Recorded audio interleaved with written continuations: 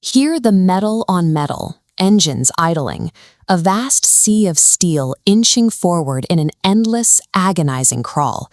This is Elizabeth Street in the 1950s, a small town in deep South Texas, totally locked in bumper-to-bumper congestion.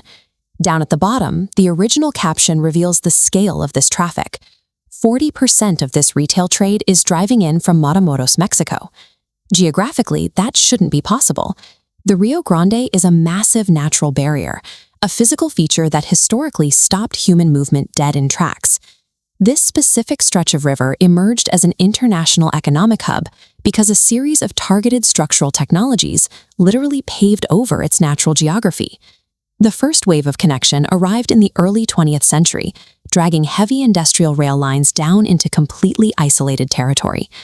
Massive Missouri Pacific locomotives rolled in, designed to haul immense loads of commercial freight across hundreds of miles of empty brush. The local depot, built directly into the town's existing architecture, served as the physical anchor.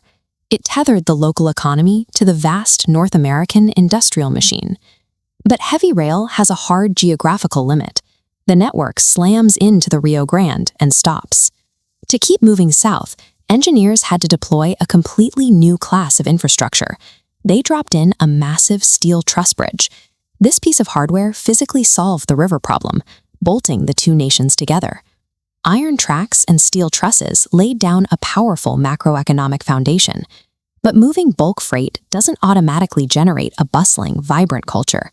For that, you need a catalyst that moves people.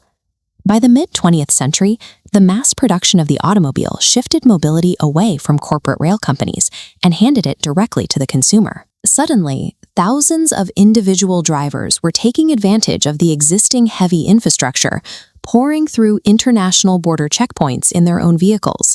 The economic math flips. A single train moves high-mass freight on a rigid schedule, but hundreds of personal cars crossing a bridge generate high-frequency trips, creating an exponential surge in daily retail volume. That influx of eager consumers reshaped the city's zoning. Quiet local roads morphed into thriving retail corridors, stacked with hotels and neon-lit theaters.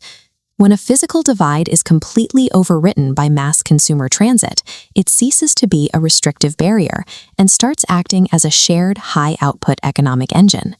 Decades later, the physical infrastructure is older, but its multi-generational legacy is entirely baked into the region. And the most accurate way to measure the success of a connected border town isn't by counting cars, it's by looking at the diversity of its food. The local maritime economy uses commercial port technology to pull directly from the immediate environment of the Gulf. That maritime infrastructure delivers a massive daily yield of locally sourced seafood, anchoring the traditional regional diet. An optimized transit network funnels international communities and entirely different industries into these same coordinates, placing global influences right alongside the local catch. Having authentic Japanese ramen operating right down the street from local Gulf catches acts as a kind of archaeological marker. It proves the region is permanently wired into global trade routes. Historical transportation technologies, from rail to bridges to mass-market cars, solved geographic problems and established the foundational blueprints for modern interconnected human culture.